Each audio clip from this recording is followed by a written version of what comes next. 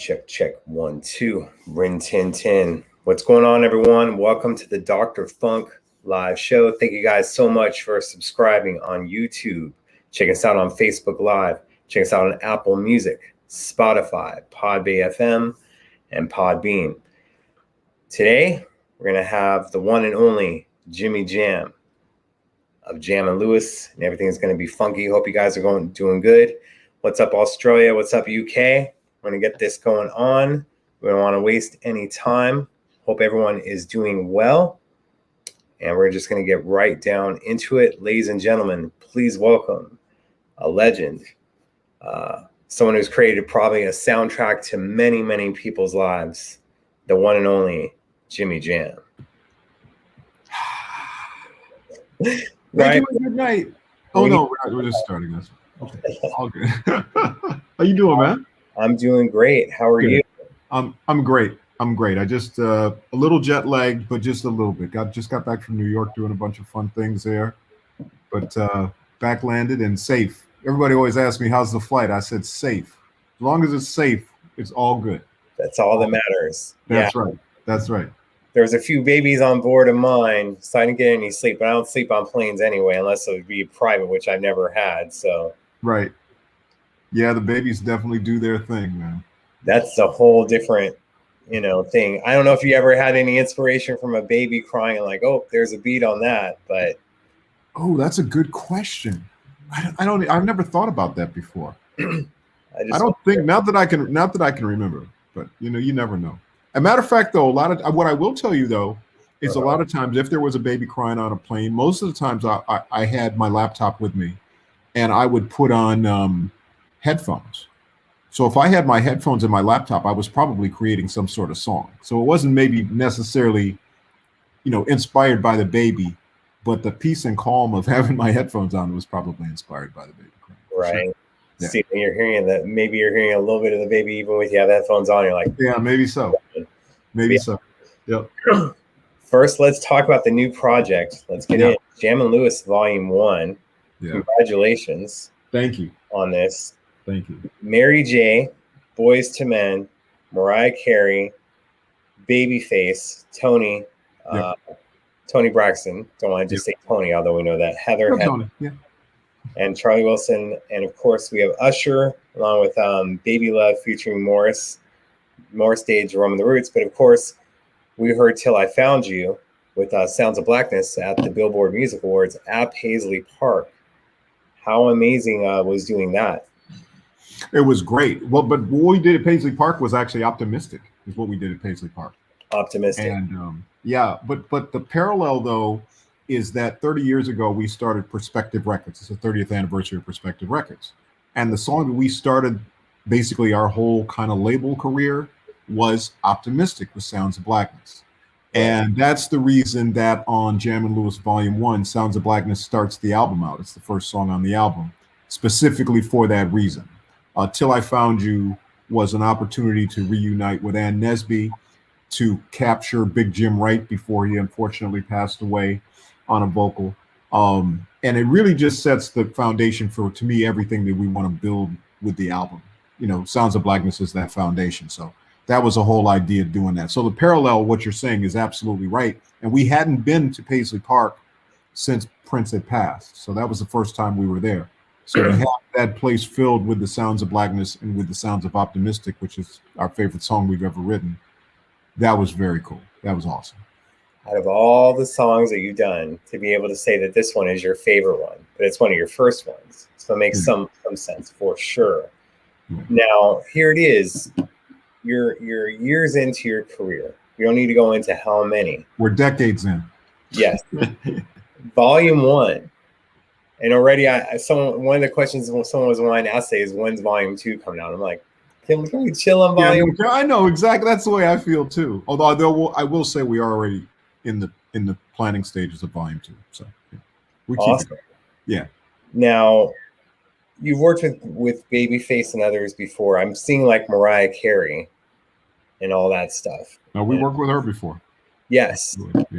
Yeah. And that's just great. Because we love your sound with her for sure. Going on it. Is there anyone you didn't get for volume 1 that you wanted for volume 2 that we should expect, or should we just let's chill on this and let's not go into it too much? Well, no, listen, I think that we made a really long wish list of people that we wanted to get. And sometimes it's just about people's availability. People have other things going on. But when we did say we wanted to have 10 songs. And so when we got to the 10 that we thought were, a good representation of what we wanted to do, then that's where we stopped. And that's why we named the album Volume 1, so there can be a Volume 2 and a Volume 3 and so on and going forward. The obvious ones on the wish list, at the top of our wish list, is Janet's obviously on our wish list.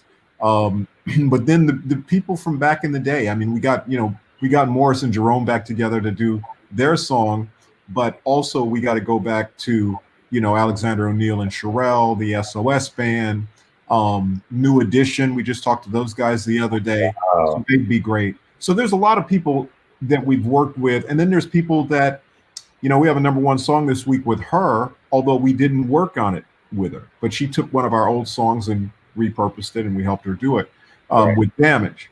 So, but we'd like to actually get in the studio and do something with her. You know what I'm saying? So there's a big long list of people, man. And so we're going to just continue to keep making music and hopefully we'll get to all of them. I'm curious because one of the people that the fans want to see you with and produce and work with is Bruno Mars. Mm-hmm. What do you think of that?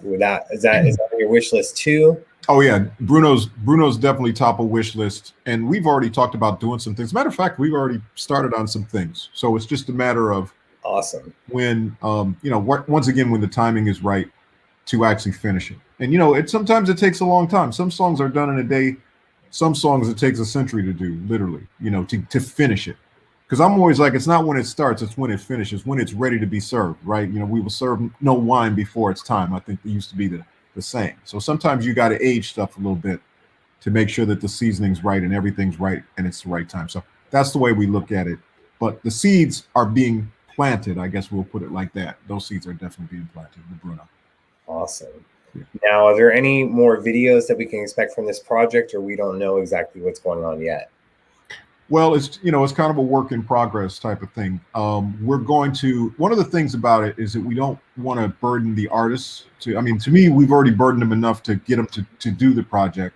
So in the case of, really, we're going to do some sort of visual component to every one of the songs on the record, and that's in the works now. Some of them will be lyric videos, like the Mariah one we did kind of as more of a lyric video. We got an Usher one getting ready to hit. I think it's going to hit on the weekend if we get it done, which is kind of cool because we just went to his Vegas show last week, which was amazing. So anybody who wants to travel and see him, that's an amazing show to see. But then we also plan on doing actually, music videos like we did with Babyface, where we actually did, an actual, music visual. So I think the plan is to do, once again, lyric videos for every one of the songs, but then we'll try to fit in some videos. And some of it, once again, it's availability with the artists, because everybody's busy now. So just trying to figure it out. And it's just so hard to try to sometimes get people in the same place at the same time with everything that's going on in the world. It's challenging for sure. It's definitely challenging, but that's a challenge that we like, and we can figure it out. And once again, it's just one of those things where, we'll do the best we can and figure it out. But we don't want to burden the artists. The artists have already, to me, devoted so much time into making the record and spent so much time, pre-COVID, during COVID, whether it was in the studio together where we're sending files back and forth and all that kind of craziness. So, we just want to make sure we're respectful of their time also. Right. So, burning the artist working with Jam and Lewis. Oh my God, how difficult. Janet must be so upset with all the hits that you guys have created together. Oh, it's such a burden working with Jam and Lewis. Well, it's funny because Janet is in full mom mode, and every time we talk, we always text each other back and forth or FaceTime each other back and forth because she's spending a lot of time in London now. But it's always about Issa. It's always about her son. It's his school projects, his treasure hunts, his all the things that he's working on, and she's in full mom mode right now. And it couldn't be. I totally understand that. If you're a parent, you totally understand what that's like. You get to a point where it's all about your kids, and to me, that's where she's at, and we absolutely love that and love sharing that and she's such a great mom. She's the perfect mom because of growing up in the family she grew up in, with all with all the siblings and all the the big family. To now have that son of her own is an amazing thing to watch. Understood with that. And where does the time go? Sometimes something seems like it was yesterday. Some things does feel like it was decades. Yes, Especially totally. the history that you guys had with Janet. Yeah. And we'll get into it. There's some questions, but we'll get into something else. The 40th anniversary of the time. Yes. Speaking of where does the time go? Yeah. 40 years. Yeah. I'm sorry. I could see mentioning that just kind of aged you a little bit. Yeah, exactly. Well, yes, because I was looking at the album cover the other day.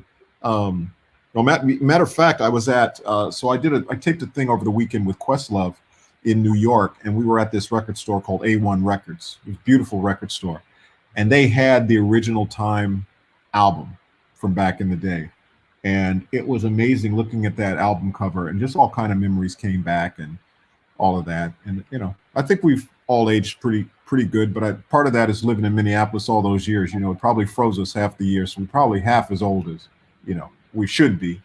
But yeah, man, that was some amazing times. And I couldn't we were talking the other day, we did Breakfast Club the other day. I think it's going to air over the weekend or next week, but we were talking about Morris, and we were talking about how much we loved Morris, how great Morris was to us.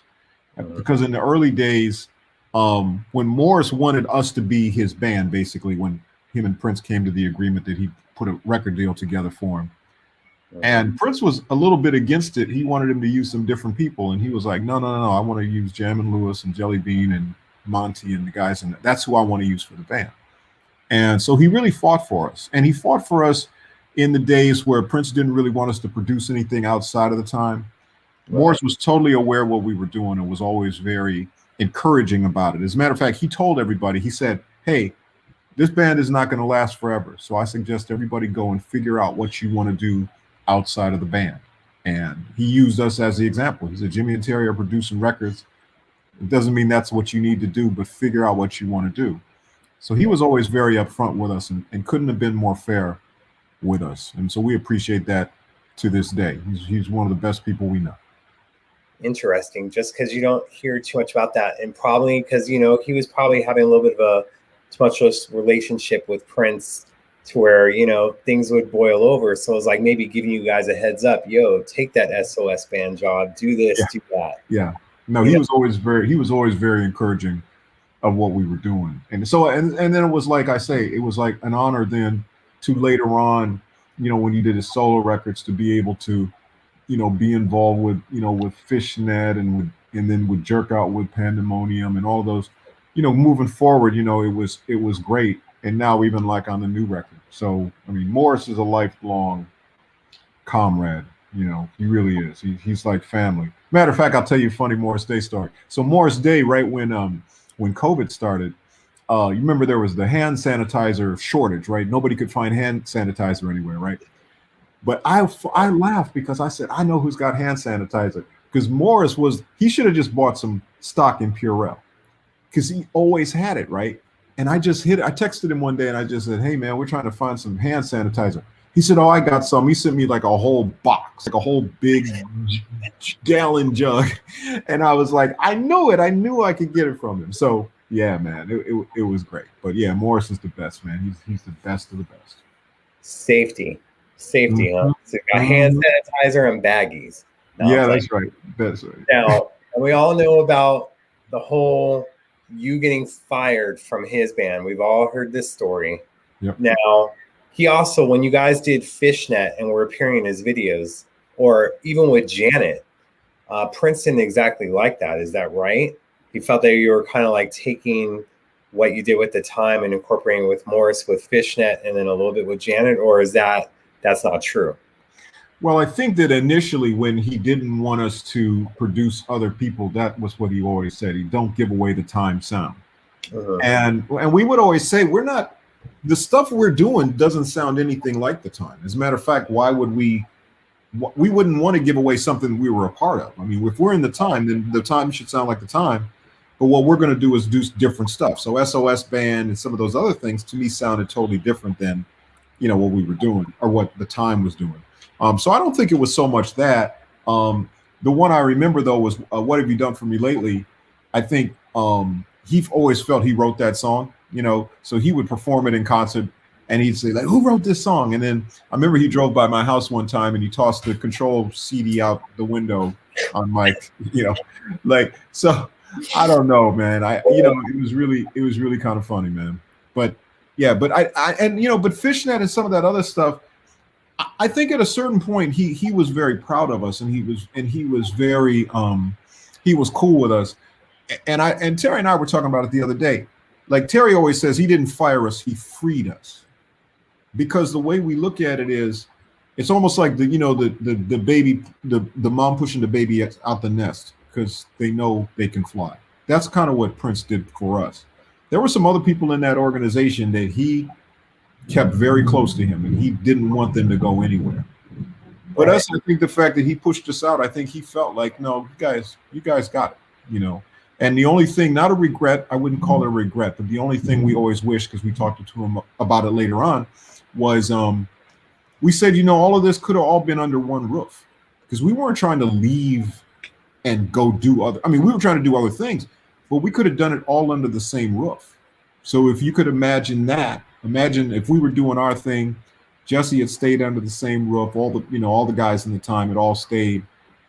Imagine what that would have been, because people always talk about, well, there'll never be another Motown, and they're right, there'll never be. But to me, it was that kind of creative atmosphere that if we all could have stayed together, imagine all of the records we did, if we were free to do the same records, but we had done them all under Paisley, that would have been incredible to me. Insane. And that's something that you wanted to happen, wished would have happened. It would have been great. Because like I say, we weren't trying to leave. It wasn't a thing where, we're trying to leave this team and go over here. All we were trying to do was improve ourselves. We thought if we could write, because we had no complaints. The songs on the Time albums were amazing, and that was Morris and Prince. So it wasn't like we're going, man, let us get a song on the record or else. No, we're like, fine, keep making the records like that. That's perfect. But let us go over here and explore some other things, and we're good. And so that was all we really intended on doing. So to me, it all could have been under one. It could have all been under one roof because we weren't trying to leave. We loved.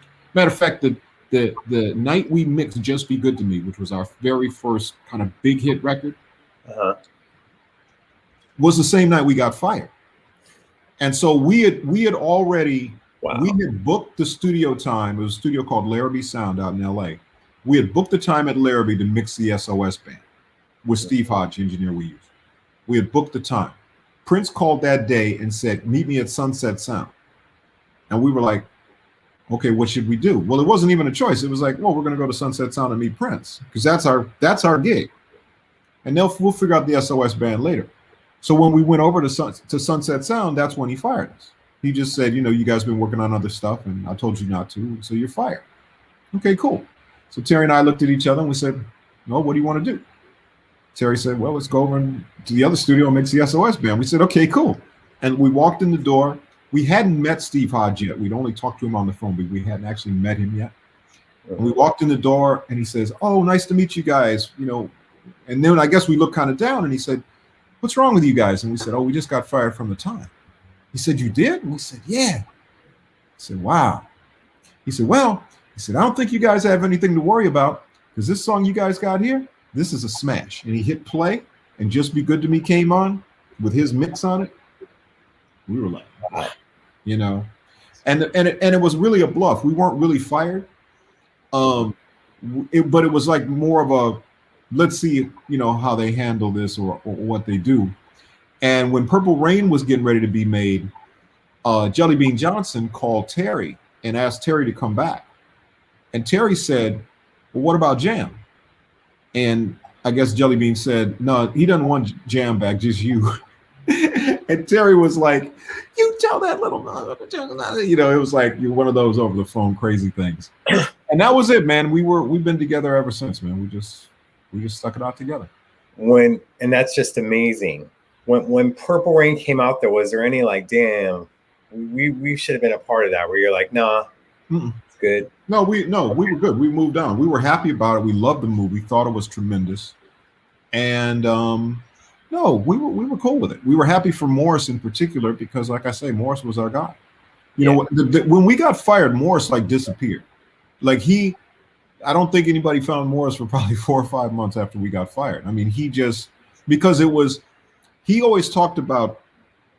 I have a show on Sirius XM, the Jimmy Jam Show, and as a matter of fact, I'm replaying an episode this week that's actually my conversation with Morris Day, and one of the things that Morris talked about was how he never liked when bands started changing members. It was like never the same to him. So when he saw that his own band, it was happening to his own band, he hated that. He thought that was the worst thing. And he was out of it. I mean, listen, Purple Rain was great, but mentally he had already checked out at the time, which was why there was really not a big tour or anything that happened, because he had already checked out. He was already like, no, this ain't the band I put together. So that's the way he kind of felt about it.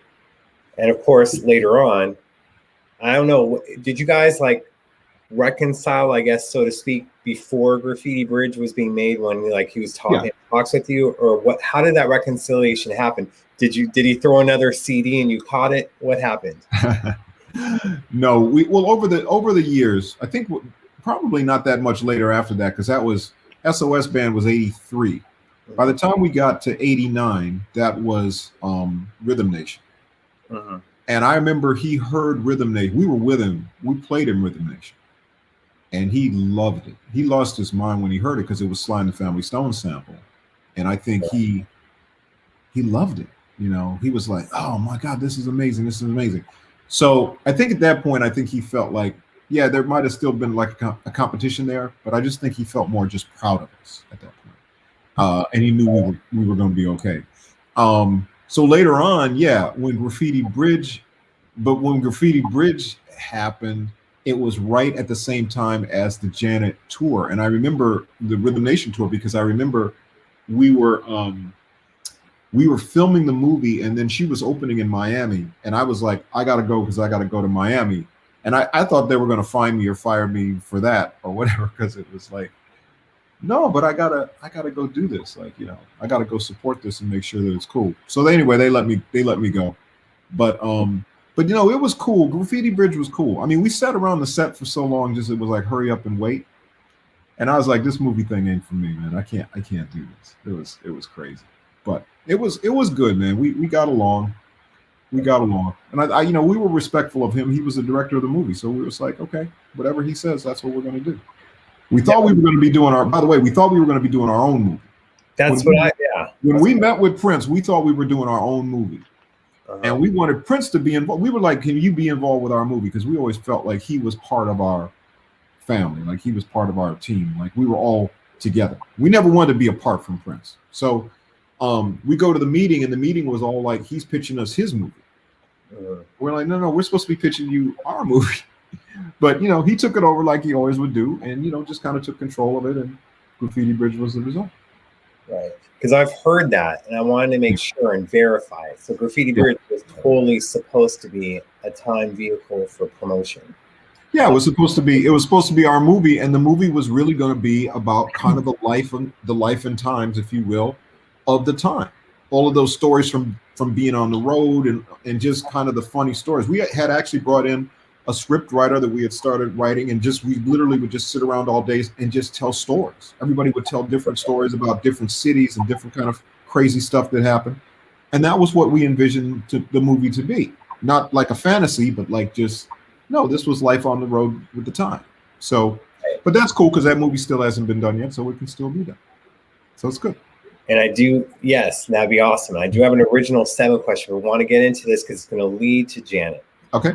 In 2009, when Michael passed, I heard you guys were trying to reach out to Prince, let him know that you guys love him, you know, all this other stuff. Yeah. I know that he was deeply affected by it, you know, because he went silent. He was supposed to be doing because it was the anniversary of Purple Rain. He was going to be doing it with the Dakota, because they hit me up earlier in the day. Prince would be performing at the Dakota, and he had her name is escaping me now. Santana's wife and Lenny Kravitz's drummer, Cindy Blackman, I believe. Okay. Yeah. regardless, they're going to be playing that night, and then Michael passes and he cancels the show, and then no one is able to get in contact with him. Hopefully, I'm sure that he got your guys' message, but it was just because I personally feel that Prince, this is just personal feelings, that he always felt that he'd work with Michael, because Michael kept reaching out to him and he'd be like, oh, where'd that USA for Africa money go? Let me know that, and we'll work together. Yeah. You know, I'm sure you guys had like a Prince Michael moment with him or heard about it. Just curious, especially with working with Janet. No, we never really did. Not that I'm aware of. I will say Terry talked to him probably a lot more than I did. So maybe Terry and him did, but we didn't really have one. Right. But the thing about, you know, Michael passing was, it made me it was kind of the double whammy, because Michael passing was, I felt obviously bad about it, but I felt really bad for the family. I felt bad for Janet, and because I remember I texted her when I heard about it, and I said, I just heard something. Is it true? And she said, unfortunately, it is. And I was like, oh my God, you know. So I had that reaction. So my reaction was more for her and the family. But later on, when Prince passed, that was like the wake up call for me to not leave things unsaid, you know, to not. So it really changed just my, not philosophy necessarily, but just my activeness in making sure people always knew how I felt. If I liked something that they did, or, you know, I would make sure to go out of my way to make sure I got in contact with them and that. So I never wanted to leave anything unsaid.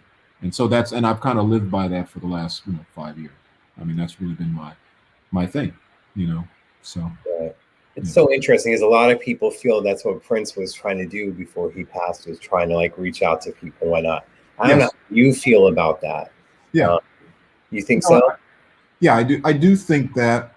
And once again, I know Terry and him had talked maybe the week before he had passed. I know they talked a lot, and it was, their relationship was great, because Terry's just, if you know Terry's just no bullshit. Like, he just tells it like it is. And that was the thing that Prince always liked about him, because Prince they'd get into conversations, and I'd listen to some of the conversations. I wouldn't even get in them. I'd just listen. They'd get in a conversation. Prince would say some stuff that was like cosmic, basically.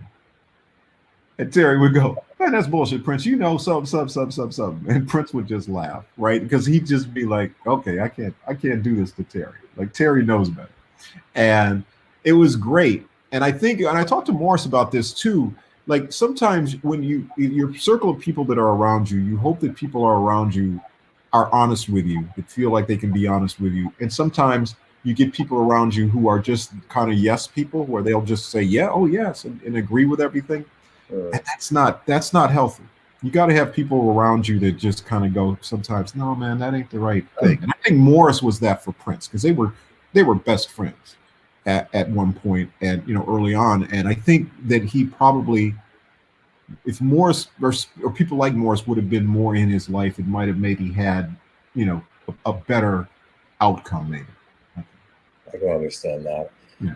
Now, speaking of stuff with the time and Prince, even though he teased it in Australia during his Australia run in 2012, I know in 2011 he was like bringing up, people were asking me inside the camp, hey, what would you think about a new triple threat tour? We're thinking about the time opening up every night, and it would be with Janet and Prince, where they'd be alternating who would be headlining act.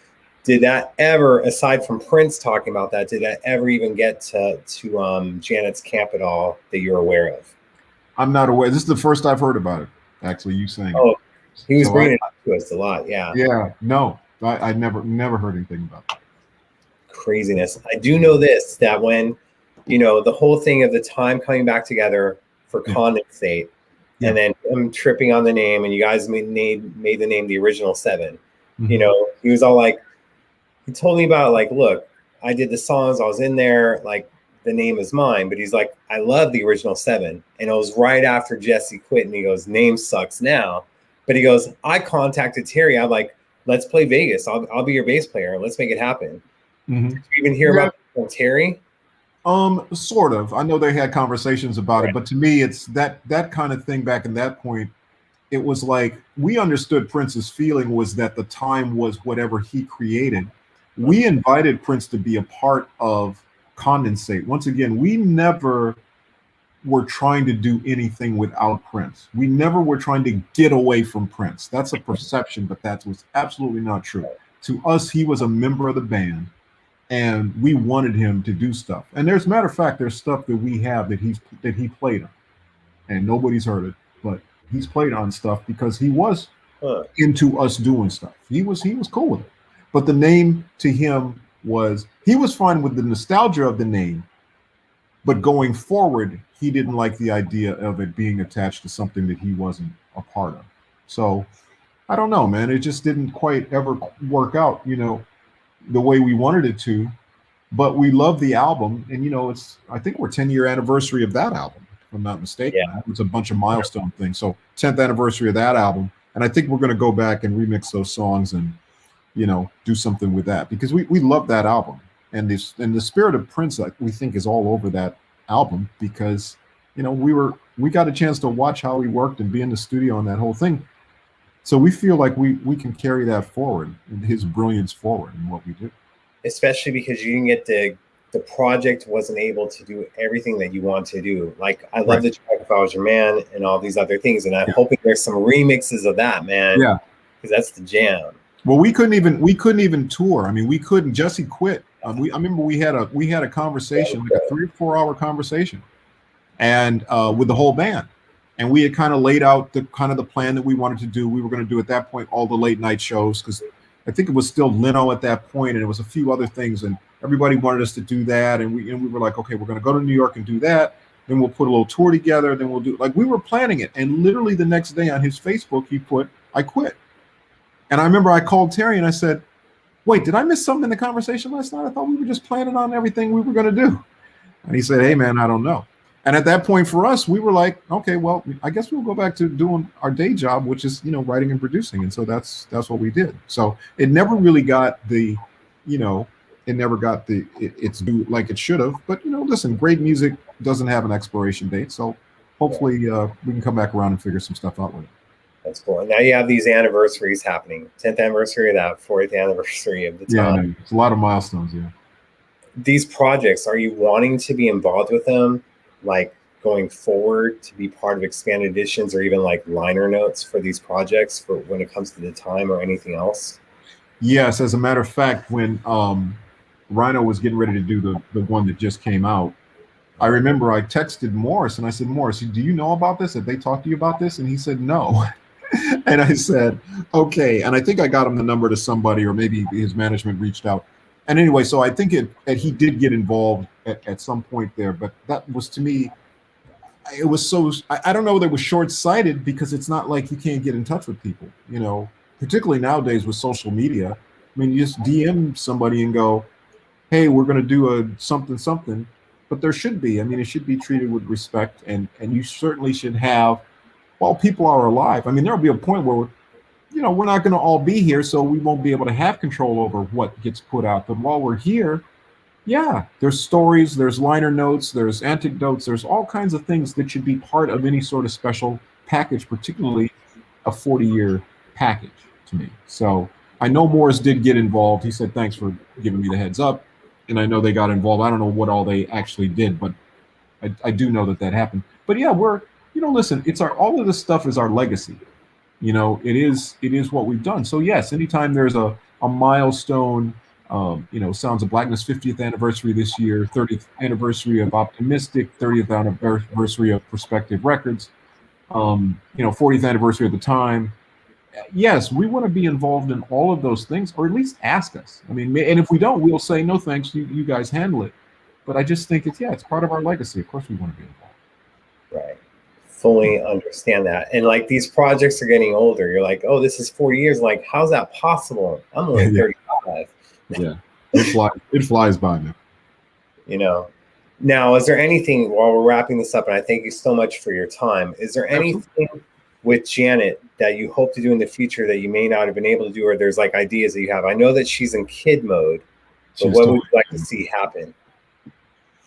Well, at a certain point in time, what I think will be interesting is, Janet has always written about whatever's happening in her life.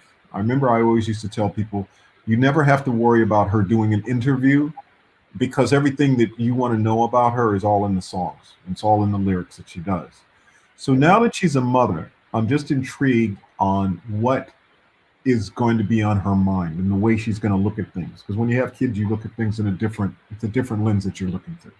So that'll be really interesting. And, listen, beyond whether we work together or don't work together, we're always talking. We're always, we're friends, we're family, whatever that is. So, but we'd love to, collaborate on whatever she's got going. If she wants to do it, we're in. She knows we're in. So whenever she's ready, we'll get down. Awesome, guys. I was digging the track with Mary J. Blige on there. Oh, thank you, man. Other things. Yeah. So I love that song. But I love the whole album, man. The whole album to me, Jam and Lewis Volume 1 is all, it's the artists that we love doing the songs we'd love to hear them do. It's very selfish. It's a very selfish album. It's like if you said the name, Mary J. Blige, it's like, what would we want her to sound like? And it would be like, let's go back to what's the 411, the My Life era, the No More Drama era. Let's go back to those. That's what we'd like to hear her do now. And that's what we tried to attempt to do really with all the songs, is try to find that sweet spot, that best era. We call it nostalgia, that discovery of something new, but that familiar comfort of something. We try to do that with Mariah, with really all the Boys to Men, with all the artists. That's what we tried to do. I really like that title, Nostalgia. Yeah. I'm digging that groove. Thanks. Jimmy, go ahead, my man. No, I just want to say we try, man. Every once in a while, I always say we luck up on a few here and there, so it's all good. Just a few. Just a few. I remember in the early 90s, there was already a freaking promo double CD of your guys' songs. Back in the 90s. Right. I know what you're talking. Yeah, I know what you're talking about. It was actually 4 CDs. 4. I know exactly what you're talking about. I love that set, by the way. I had to track it down, but when I found it, then another friend of mine, the guy used to DJ for Prince, he was about to. He's like, "Wait, what? This is out there?" And I went, "Yeah, it's a promo item." Yeah. We did it. By the way, we did that because we were being honored by the T.J. Martell Foundation, which was a big charity, music charity for cancer and leukemia and stuff. And that's what we put in the gift bags. We wanted to have something to put in the gift bags for everybody that donated. And so that's what we did was the CDs. And I remember when we met Tiger Woods came to Minneapolis to do a thing at, I think it was Planet Hollywood back at that time. So this is a long time ago, at the Mall of America when it first opened. And those sold for $5,000 a piece, if I'm not mistaken. Those CDs, we signed them. They sold for $5,000 a piece. And Tiger was like, "Oh wow!" And then he became a big fan, and we got him. He went and saw Janet in Vegas, and they hit it off really good. And so it was really cool. But it's great how music brings people together, and that was certainly the case of it. We were able to raise money. I think we raised $5 million for that foundation that evening. So it's very cool. 4 CDs in, probably now you'd be at 50. And let's not even talk about how many vinyl would be. That's just craziness. And I love that project. I'd love to see if you guys doing another thing for Foundation, a part 2 of that set would be amazing. Yeah. Jimmy, I want to thank you so much for your time. I know that you're busy, and I want to thank you. I want to thank Jill M for hooking it up. Yeah, thanks, Jill. You're always welcome back here, so I'll let you know that. And I look forward to seeing you again in person. Everything is being healthier. Is there anything going on at the Grammys next year that we should keep an eye on that may be already in the works? Well, I think the interesting thing this year at the Grammys will be that, they did away with, what they call the secret committees. They weren't really secret committees, but they did away with those. So it'll be really interesting to see what the nominations are. And the show always is based on what the nominations are. So whoever gets nominated usually is the first people that you approach about performing on the show. And so that'll be the thing. And hopefully we get a good, when I say we, because I'm the chairman of the TV committee, so I help put the show on. And so we want to make sure that the show is representative of the music that's out there, but the people that are the members that vote have to actually vote. So it'll be interesting to see what comes out of that. It'd be great if we're in that mix somewhere. I would love that, obviously, because whatever we do, we're sharing with the artists, so it's really that would be great. But no, it should be a great show. I mean, it's still a little bit early in the process. I think the voting stuff will start going out. I think the eligibility period this year ends September 30th. So anything that's released before September 30th will be eligible to be in the process. And then a couple months after that will be when the actual nominations will come out and stuff. And we'll start planning it from there. Very interesting. Looking forward to it. Yeah, I want to get that out there because this whole thing with the weekend that was going on and all these other things, and he's never going to submit to a Grammy nomination. We'll see if he sticks to that, but it's an unfortunate situation with everything. There's no secret committee anymore. All this going on. Looking forward to the show next year.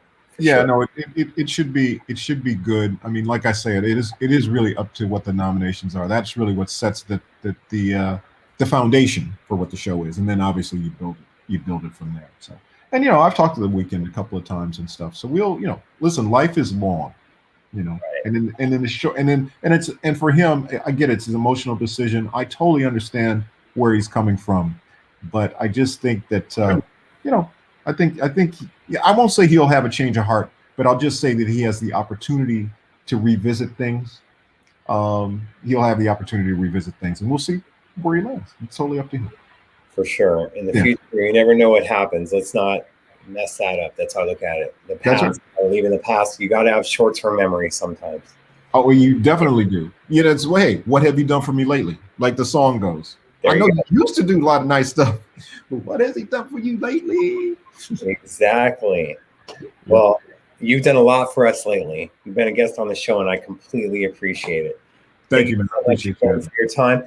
Everyone, get the Jam and Lewis Volume 1. And it's available on CD. How about that? Actually, here's a CD. No, you don't see those too much anymore.